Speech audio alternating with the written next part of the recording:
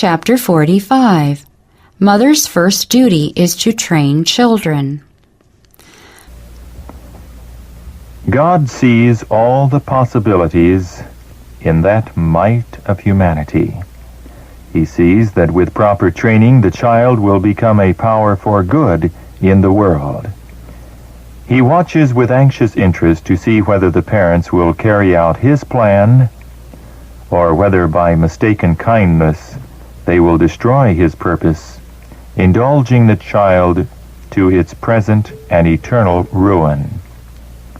To transform this helpless and apparently insignificant being into a blessing to the world and an honor to God is a great and grand work.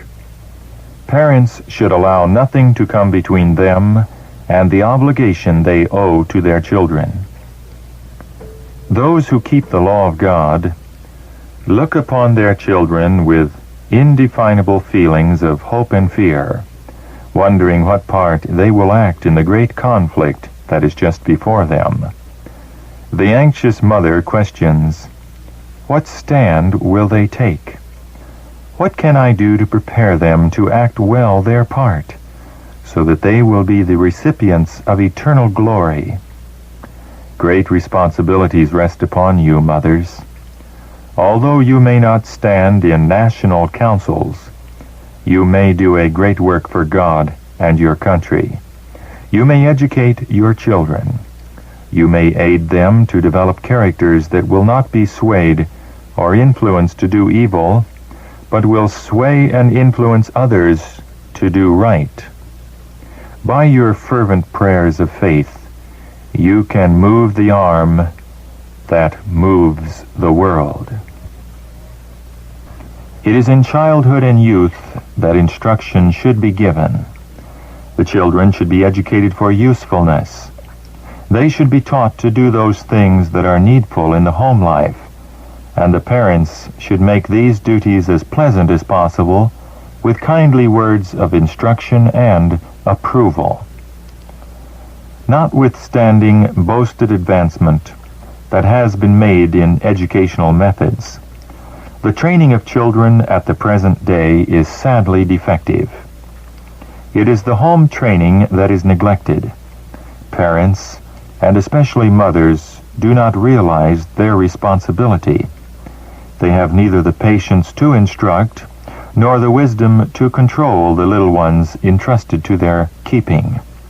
It is too true that mothers are not standing at their post of duty, faithful to their motherhood.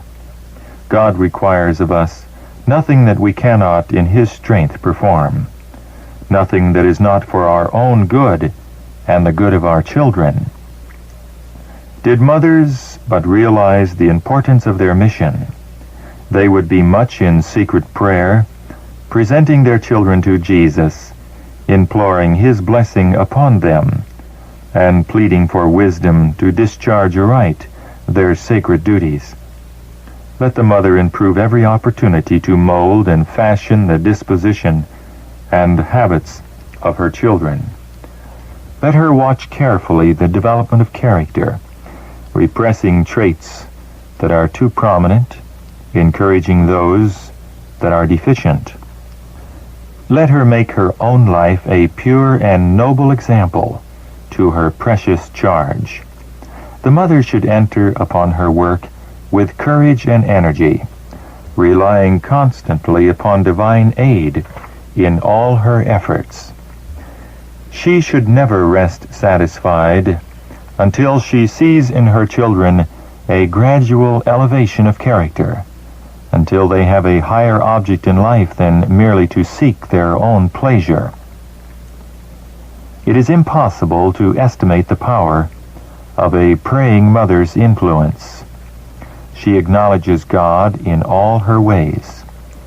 She takes her children before the throne of grace and presents them to Jesus, pleading for His blessing upon them.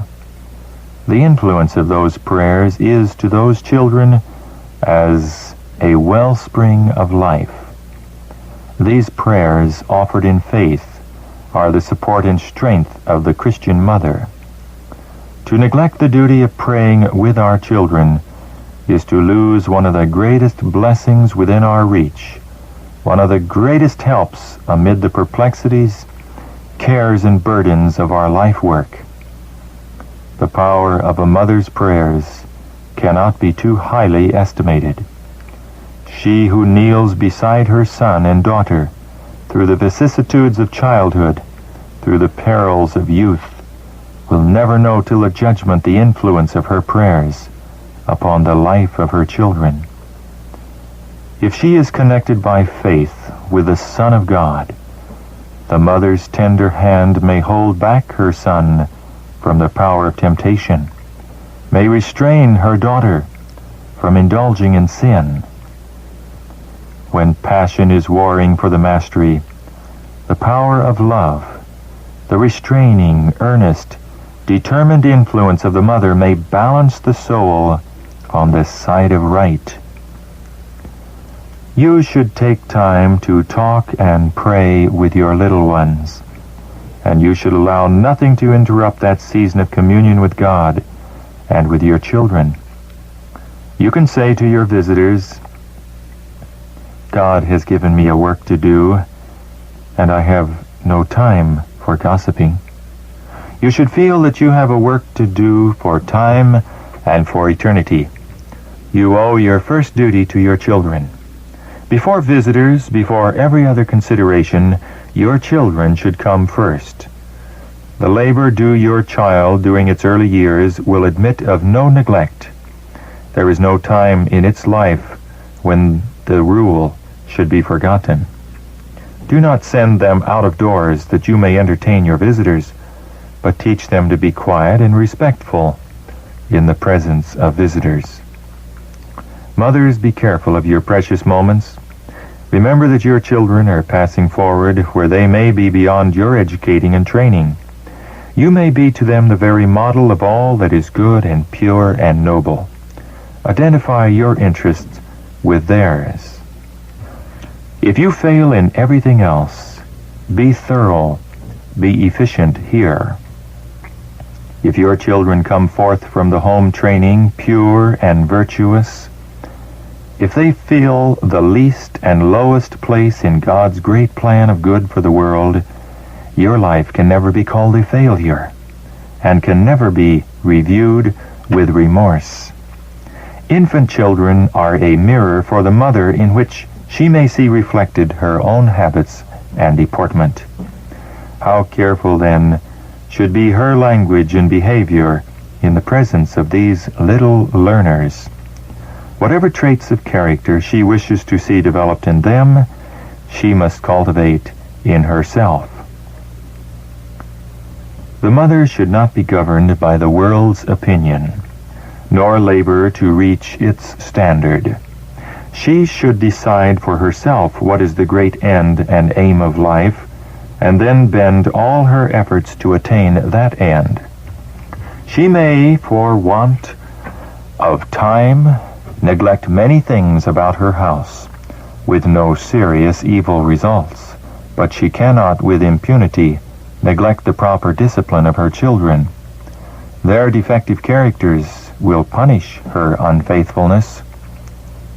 The evils which she permits to pass uncorrected, the coarse, rough manners, the disrespect and disobedience, the habits of idleness and inattention will reflect dishonor upon her and embitter her life. Mothers, the destiny of your children rests to a great extent in your hands.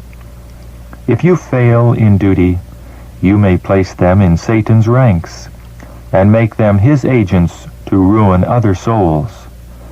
Or your faithful discipline and godly example may lead them to Christ, and they in turn will influence others, and thus many souls will be saved through your instrumentality.